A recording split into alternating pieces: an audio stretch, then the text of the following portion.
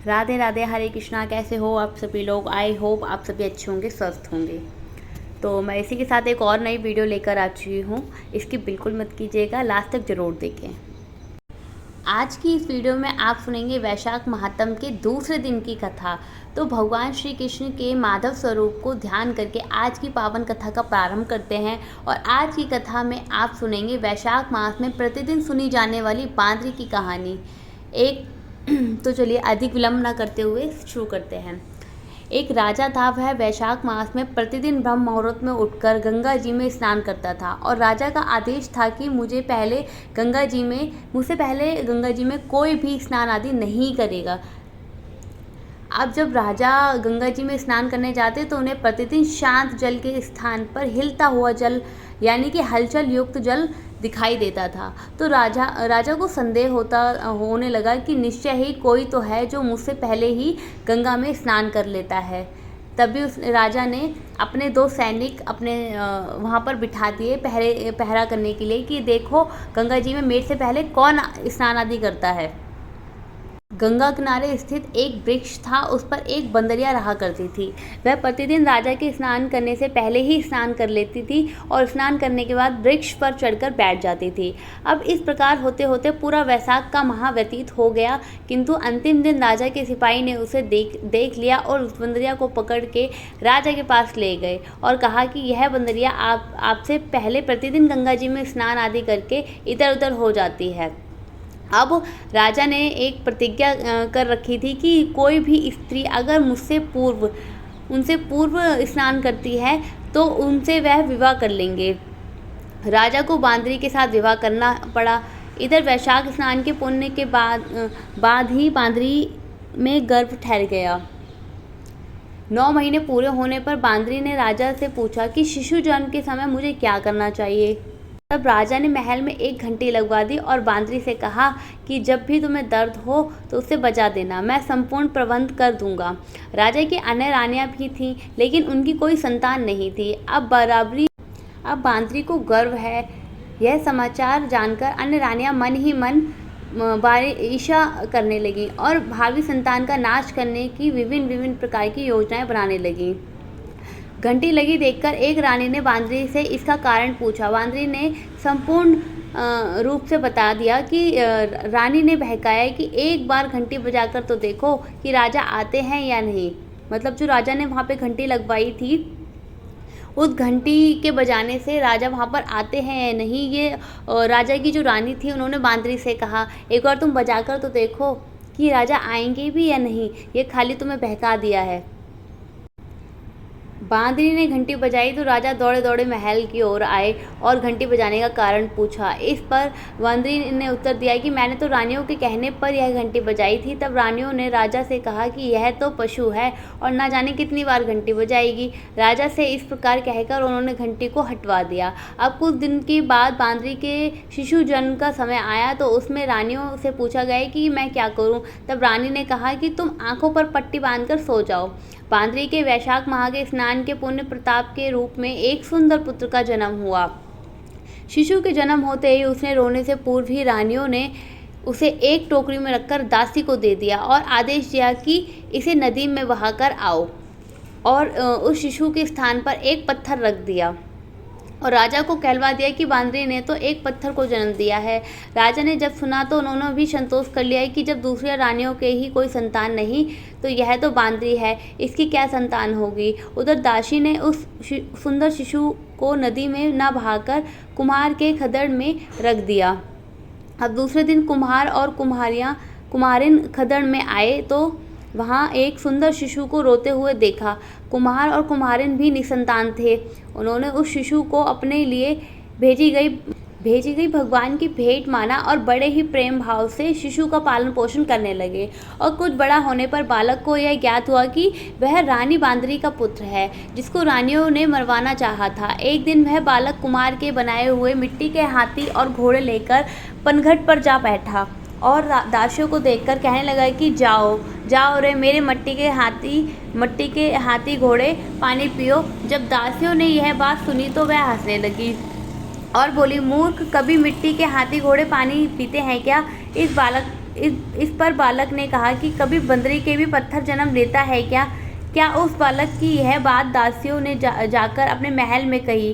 तब रानी ने दूसरे दिन विष मिलाकर लड्डू भेज दिए। ईश्वर की कृपा से लड्डू गोंद और बादाम के बने हुए थे। उन लड्डुओं को खाने से उस लड़के की मृत्यु नहीं हुई। तब यह समाचार दासी ने रानी को कहा और रानी ने राजा से कहकर कुमार को उस गांव से निकलवा दिया। कुमार वन में रहने लगा। तत्पश्चात अगले वर्ष चैत्र माह में माता गंगौर के पूजन का दिन आया। वह बांदरी का पुत्र 108 करवे और 108 गोली लेकर तथा घड़े में पानी पीकर बगीचे के बाहर बैठ गया। उधर राजा की ओर साहूकार की पुत्रियां गंगौर बनाने के लिए मिट्टी लेने के लिए आईं तथा बगीचे में खेलने और झूलने लगी। इस कारण कुछ समय के बाद उन्हें प्यास लगी। तब उन्होंने वह बांदरी के पुत्र से जल पिलाने के लिए कहा तो उस बालक ने उत्तर दिया कि मेरे पास एक गोली है, उसे खाते जाओ और मेरे चारों ओर से फेरे लगाती जाओ, तब मैं तुम्हें जल पिलाऊंगा। इस पर पहले तो कन्याओं ने मना कर दिया, किंतु प्यास की तीव्रता होने के कारण मान गई। इस प्रकार गोली खाने से उस युवक के साथ फेरे लेने से वह गर्भवती हो गई। बाद में जब उसके माता पिता को यह ज्ञात हुआ कि वह सभी कुम्हार के पास आए और संपूर्ण उसे भली भांति रूप से सुनाने लगे कि तेरे पुत्र ने हमारी कन्याओं से विवाह किया है, अब तुम्हें इन्हें अपने पास रखना होगा। लेकिन कुम्हार ने निर्धन होने के कारण असमर्थता व्यक्त की तो कन्याओं के माता पिता ने बहुत सारा धन देकर अपनी कन्याओं को कुमार के घर विदा किया। कुमार के घर 108 बहुएं आ गईं और कालांतर में उसके 108 पोते भी हो गए। कुमार ने समस्त नगरी को भोजन हेतु निमंत्रण दिया और राजा को भी बुलवा लिया। राजा के यहाँ से रानी बांदरी के अतिरिक्त सब भोजन हेतु पधारे। तब राजकुमार राजा की आज्ञा लेकर बांदरी को लेने के लिए रथ पालकी लेकर गया और लाकर सभा में सबसे ऊंचे स्वर्ण आसन पर बिठाया। राजकुमार ने अपनी सभी पत्नियों को समझा दिया कि बांदरी ने मुझे जन्म देने वाली माता है। अब एक एक बहू रानी बांदरी के चरण स्पर्श करती गई और एक एक सोने का सिक्का और पोते को गोद में देती गई। जब राजा और अन्य रानियां यह सब देखकर कुम्हार के पुत्र से इसका कारण पूछा। अब रानियों को तो यह संदेह होने लगा कि यह अवश्य है बांदरी का पुत्र है। इसलिए रानियां रूठ राजा को कहने लगी कि कुम्हार के पुत्र ने हमारा अपमान किया है और बांदरी का सम्मान किया है, हम तो लौट कर जा रहे हैं। इधर राजा को पुत्र का जन्म का संपूर्ण रहस्य ज्ञात हो चुका था, इसलिए उन्होंने रानियों को महल से निकाल दिया और अपनी सभी पुत्र वधू एवं पुत्रों को साथ लेकर महल में आए और राजकुमार का राजतिलक हुआ। कुमारिन को राजकुमार ने महल में रहने के लिए निवेदन किया, किंतु वह नहीं माने। तब राजा ने उन्हें ढेर सारा धन दिया और वैशाख स्नान का इतना महत्व है तो सबको वैशाख मास का स्नान जरूर करना चाहिए। बांदरी ने वैशाख स्नान किया तो उसे राजा का राज्य, पुत्र, बहुएं आदि सब प्राप्त हुए। हे ईश्वर, जैसे बांदरी को पुण्य मिला इसी प्रकार हमें भी पुण्य देना। कहानी कहने वाले, सुनने वाले और हुंकार भरने वाले सब पर अपनी कृपा करना। और अब आप सुनेंगे वैशाख माह का महात्म्य। अधिक विलंब न करते हुए वैशाख मास का महात्म्य शुरू करते हैं। फ्रेंड्स, पहले दिन की कथा में आपने सुना कि किस प्रकार से नारद जी राजा अम्बरीश से वैशाख मास के महात्म्य और स्नान का वर्णन कर रहे हैं।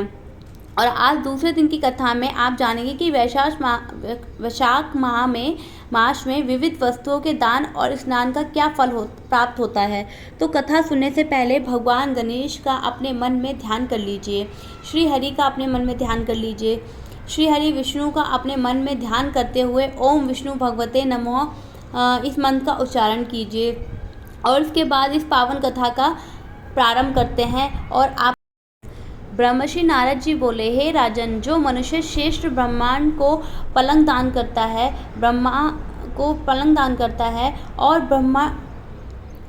ब्राह्मण को उस पलंग पर सुख से सुलाकर ठंडी ठंडी हवा करता है, ऐसे मनुष्य के संपूर्ण धामों के साधन से उसका शरीर निरोग रहता है। इस दान से सब ताप दूर हो जाते हैं और वह मनुष्य योनि से भी दुर्लभ पद को प्राप्त करता है। जो मनुष्य वैशाख मास में धूप के थके हुए ब्राह्मणों को सुंदर श्रम नाशक पलंग दान करता है, वह मनुष्य, हे राजन, संसार के जन्म मरण और वृद्धावस्था के कष्ट नहीं भोगता। उस पलंग पर ब्राह्मण के शयन करने से जीवन भर के जाने अनजाने के पाप नष्ट हो जाते हैं। हे राजेंद्र, जैसे अग्नि के स्पर्श से कपूर जल जाता है, वैसे ही पलंग देने वाला मनुष्य निश्चय ही ब्रह्मा पद को प्राप्त होता है। जो मनुष्य वैशाख माह में सैया दान करे, वह इसी जन्म में सुखों को भोगता है, उसके कुल की वृद्धि होती है, उसे कोई रोग नहीं लगता, उसे बड़ी आयु अर्थात लंबी आयु की प्राप्ति होती है, निरोगता उस प्राप्त नहीं होती, यश और धैर्य की प्राप्ति होती है, उसे धर्मात्मा के कुल 100 पीढ़ियों तक कोई अधर्मी नहीं होता। इस मास में दान आदि करने का अपरंपार फल प्राप्त होता है। वैशाख के धर्मों को इस तरह करने वाला धर्मात्मा पुरुष सब भोगों को भोगकर अपना शरीर त्यागता है। तो जो वेद पाठी ब्राह्मण को तकिया दान करता है, उसके सभी पाप नष्ट हो जाते हैं और अतः ब्रह्मा पद को प्राप्त होता है, मतलब ब्रह्मलोक को प्राप्त होता है। बिना इसके दिए मनुष्य सुख पूर्वक सो नहीं पाता और इसके दान करने से आपका आश्रय बनकर पृथ्वी का राज्य भोगता है। राजन, वह मनुष्य 7 जन्मों तक सदा सुखी, भोगी, धर्मपरायण और विजय होता है, फिर अपने 7 कुल समेत मुक्त हो जाता है। जो मनुष्य चटाई अथवा किसी प्रकार का आसन देता है, जिस प्रकार पत्रसाई विष्णु भगवान स्वयं विराजते हैं, तो इससे जल से पड़ी हुई ऊन नहीं भीगती, वैसे ही संसारी जीव संसार के बंधक को नहीं प्राप्त होता। हे राजन, चटाई का दान देने वाला पुरुष आसन और सैया पर अरुण होकर सब तरह से सुखी रहता है। जो शयन करने के लिए चटाई एवं कंबल दान करता है, वह निश्चय ही मुक्त हो जाता है। इससे तनिक भी संदेह यह नहीं, राजन, जो वैशाख माह में कंबल का दान करता है, वह अकाल मृत्यु से छूटकर 100 वर्षों तक आजीवित रहता है। धूप से व्याकुल होकर जो ब्राह्मण को जो मनुष्य पतला वस्त्र देता है, उसकी पूर्ण आयु होती है और परलोक में परम गति मिलती है। हे राजन, कपूर भीतर की गर्मी को दूर करता है, इसलिए अगर कपूर का दान ब्राह्मण को दिया जाए तो मोक्ष की प्राप्ति होती है और सारे दुखों का नाश होता है। जो मनुष्य वैशाख माह में ब्राह्मण को फूल और कुमकुम दान करता है, वह सर्वभौम राजा बनता है। सभी प्राणी उसकी आज्ञा में रहते हैं और पुत्र तथा पौत्रों से युक्त होकर सब प्रकार के भोगों को भोग कर अंत में मोक्ष का प्राप्त हो जाता है। राजन, त्वचा और हड्डी के संताप को चंदन तत्काल ही दूर कर देता है। जो मनुष्य चंदन का दान करता है, वह तीनों पापों से दूर हो जाता है, अर्थात कायिका, वाचिक, मानसिक तीनों प्रकार के पापों से दूर होकर मोक्ष को प्राप्त करता है। जो मनुष्य जल में भीगी हुई खस, चंपा या कुशदान करता है, हे राजन, वह प्राणी सब प्रकार के सुख भोगता है, सब देवता उसकी सहायता करते हैं, उसके सब पाप और दुख नष्ट हो जाते हैं, अतः मोक्ष को प्राप्त होता है। जो मनुष्य वैशाख माह में गोरेचन और कस्तूरी दान करता है, वह तीनों लाभों से छूटकर मोक्ष पद की प्राप्ति करता है। जो मनुष्य मेष की संक्रांति में तांबुल और कपूर दान करता है, वह पृथ्वी में सारे सुख भोग कर निर्वाण पद पर प्राप्त करता है। जो मनुष्य सेवती और जूही दान करता है, वह सर्वभौम राजा होकर अंत में मोक्ष का प्राप्त करता है। जो वैशाख मास में केतकी और मल्लिका का दान करता है, वह माता भगवान की आज्ञा से मोक्ष पद को प्राप्त करता है। जो मनुष्य ब्राह्मण को सुपारी और अन्य सुगंधित द्रव्यों का दान देता है, और हे राजन, जो नारियल दान करता है, उसके पुण्य के फल चित्त लगाकर सुनो, ऐसा मनुष्य 7 जन्मों तक ब्राह्मणों के घर जन्म लेता है और धनवान तथा वेद पाठी होता है। फिर वह 7 कुल समेत विष्णु लोक को जाता है। हे राजन, जो प्राणी विश्राम मंडप बनाकर ब्राह्मण को दान करता है, उसके पुण्य के फल कहने को मेरी सामर्थ्य ही नहीं। जो मनुष्य छाया मंडप बनवाकर भीतर बालू बिछाकर उसमें प्याऊ लगा देता है, ऐसा मनुष्य स्वर्ग लोक का स्वामी होता है। जो मनुष्य मार्ग में बाग, तड़ांग, कुआं, झोपड़ी बनवाता है, वह बड़ा धर्मात्मा और उसके पुत्रों से और क्या चाहिए। जो मनुष्य कुआं, तालाब, प्याऊ आदि लगवाता है तथा सद्धर्म का कार्य करता है वही उसका पुत्र है। राजन, संतान 7 प्रकार की होती है। इन 7 में से एक भी नहीं करता वह मनुष्य स्वर्ग को नहीं जाता। उत्तम शास्त्रों का सुना, तीर्थ यात्रा, सत्संग, जलदान, अन्नदान, पीपल का पेड़ लगाना, पुत्र होना, यह 7 प्रकार की संतान देवताओं ने कही है। अन्य सैकड़ों धर्म करने पर भी मनुष्य को संतान नहीं मिलती। इसलिए संतान की इच्छा करने वालों को इनमें से एक कर्म अवश्य करना चाहिए। राजन, पशु, पक्षी, मर्ग और वृक्षों को भी स्वर्ग सुख नहीं मिलता, फिर हम तो मनुष्य तो इनका कहना ही क्या। जो मनुष्य सुपारी, नागवल्ली, कपूर और अगरबत्ती सहित पान दान करता है, ऐसा मनुष्य निश्चय ही शारीरिक पापों से मुक्त हो जाता है तथा यश, धैर्य और लक्ष्मी प्राप्त करता है। रोगी रोग से छूट जाता है और निरोगी मोक्ष को प्राप्त होता है। जो वैशाख मास में तापनाशक छाछ का दान करता है वह विद्वान और धनवान होता है। इनकी तनिक संदेह नहीं कि क्यों गर्मी के ऋतु में तक समान कोई दान नहीं। इसलिए मार्ग के कारण थके हुए ब्रह्मा को छाछ का दान करें। मनुष्य नींबू का रस और नमक डालकर नाशक छाछ को दान करते हैं, वह मोक्ष को प्राप्त होता है। जो गर्मी से व्याकुल ब्राह्मण को दही की लस्सी पिलाता है अर्थात मट्ठा पिलाता है, हे राजन, उसके पुण्य का फल कहने की मुझ में कोई सामर्थ्य नहीं है। वैशाख के महीने में अच्छे चावल का दान करता है, उसकी आयु बड़ी होती है और ऐसा मनुष्य सभी योगों के फल की प्राप्त कर लेता है। राजन, जो मनुष्य तेज रूप से गौ का घी का दान करता है वह अश्वमेध यज्ञ का फल प्राप्त करके भगवान विष्णु के मंदिर में आनंद पाता है। जो मनुष्य मेष की संक्रांति में ककड़ी और गुड़ का दान करता है वह सभी पापों से छूटकर श्रेष्ठ दीप का जाता है। मनुष्य दिन के ताप की शांति के लिए ईख का दान करता है अर्थात गन्ने का दान करता है, उसका अनंत पुण्य प्राप्त होता है। जो मनुष्य सायंकाल में श्रम की शांति के लिए पान का दान करता है वह सभी पापों से छूटकर विष्णु भगवान को सेवता है। और मनुष्य सायंकाल के समय ब्राह्मण जी को फल और पान का दान करता है, उसके पितरों की निश्चय ही सुधापान मिलता है अर्थात अमृत का पान उसके पितरों को प्राप्त होता है। जो वैशाख महीने में पके हुए आम के फल का और पान का दान करता है उसे सब पापों से निश्चय ही दूर और मुक्ति प्राप्त होती है। हे राजन, वैशाख मास के अमावस्या को पेय से भरे हुए घड़े का दान करने से अर्थात जल से या फिर शरबत से भरे हुए घड़े का दान करने से 100 गाय श्राद्ध का फल मिलता है। 100 गया में जो आकर फल प्राप्त होता है वही फल आपको मिलता है। तनिक इसमें बिल्कुल भी संदेह नहीं। वैशाख मास के अमावस्या को कस्तूरी, कपूर, मल्लिका, खश और वस्तुओं से युक्त जल कुंभ का दान जो पितृेश्वरों के लिए करता है उसको 96 श्राद्ध का अर्थात 96 श्राद्ध करने का पुण्य निसंदेह प्राप्त होता है। नारद जी बोले, हे राजन, जैसे रसों में दूध से दही से अमृत चिन्नामृत, ऐसे में मासों में कार्तिक से माघ मास तथा माघ मास से वैशाख मास अधिक उत्तम है। इससे धर्म करना अर्थात इन मासों में धर्म करना बरगद की बारही की तरह बढ़ता है।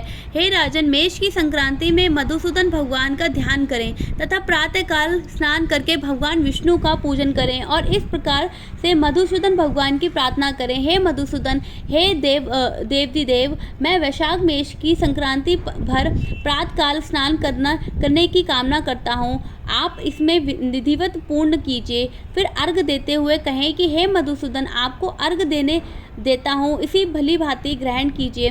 गंगा आदि नदी तीर्थ सब जलाशय में मेरे दिए हुए अर्घ का प्रसन्नता से ग्रहण करो और मुझ पर प्रसन्न होकर यथोचित फल दीजिए। फिर वस्त्र पहनकर अपने कर्मों को करें।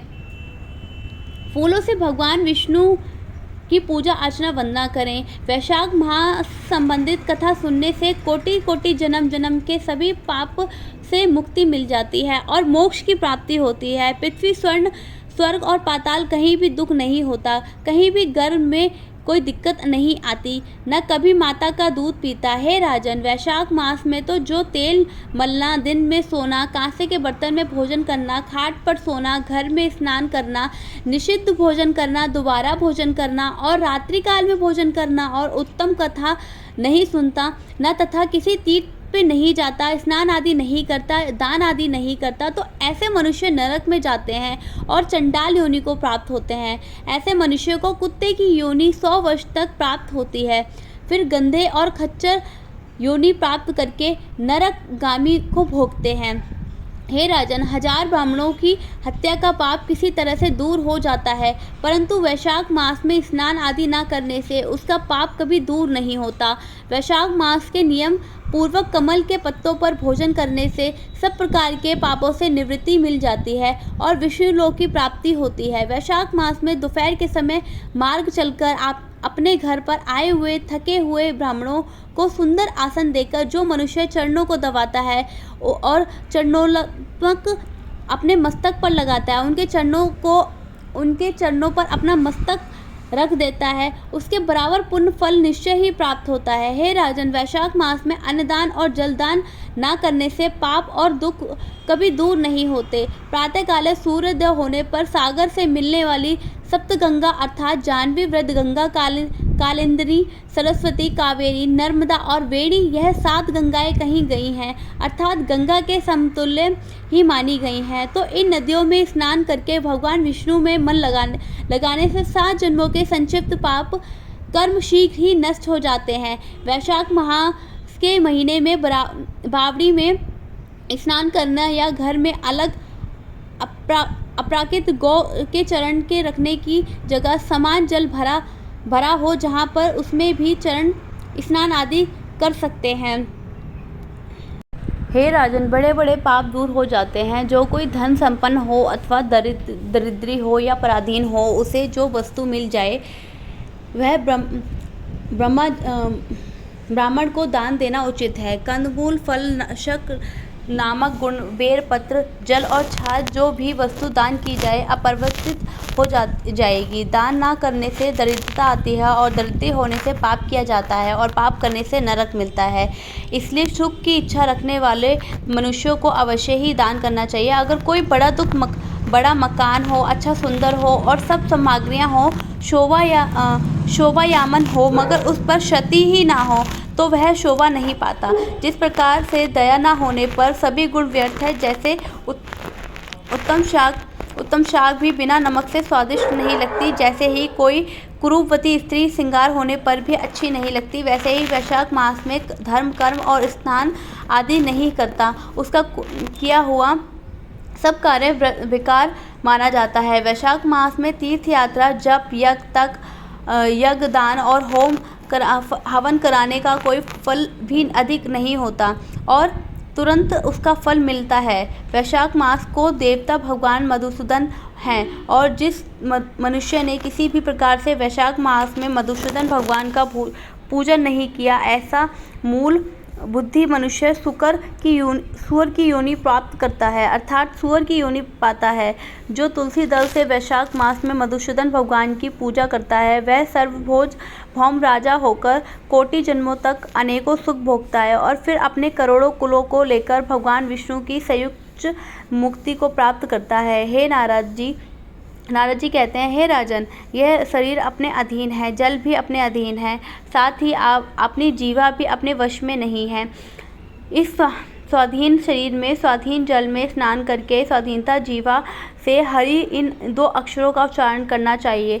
अनेक प्रकारों के भक्ति मार्ग से तथा भांति भांति के व्रत द्वारा भगवान विष्णु की सेवा तथा उनके सगुण या निगुण स्वरूप को अन्य चित्त से ध्यान करना चाहिए। ओम जय श्री हरि। दोस्तों, वैशाख मास में आप अपनी इच्छा के अनुसार, अपनी सुविधाओं के अनुसार किसी भी नियम का पालन कर सकते हैं। अगर आप स्नान कर पाते हैं तो अत्यंत श्रेष्ठ होगा। अतः स्नान का मतलब है कि सुबह ब्रह्म मुहूर्त में उठकर या फिर सूर्योदय से पहले उठकर स्नान करना। तो अगर आप सूर्योदय से पहले स्नान आदि करते हैं तो अत्यंत ही श्रेष्ठ है। उसके बाद सूर्यदेव को जल अर्पित कर सकते हैं, तुलसी की पूजा कर सकते हैं, मंदिर में जा सकते हैं। मतलब जो भी नियम आप नियम का आप संकल्प ले रहे हैं वो आप कर सकते हैं, उनका पालन आप विधिपूर्वक कीजिएगा। उसी ऐसा ज़रूरी नहीं है कि आप वैशाख मास में व्रत आदि करें, ऐसा ज़रूरी नहीं है। सुबह जल्दी उठकर स्नान आदि कर स्वच्छ कपड़े पहनकर आप विष्णु भगवान की पूजा अर्चना वंदना भी कर सकते हैं। आई होप फ्रेंड्स कि आपको मेरी वीडियो अच्छी लगी होगी। वीडियो के माध्यम से सभी पापों से मुक्ति मिलने का उपाय भी आपको मिला होगा। अगर आपको मेरी वीडियो अच्छी लगती है तो इसको लाइक, शेयर, सब्सक्राइब करना बिल्कुल ना भूलें और कमेंट में ज़रूर बताएं कि आप मेरी वीडियो कहाँ से देख रहे हैं, किस लोकेशन से देख रहे हैं। नेक्स्ट वीडियो मैं जल्दी ही लेकर आऊँगी। इसी के साथ राधे राधे, श्री हरिवंश, श्री राधे, श्री राधे, श्री राधे।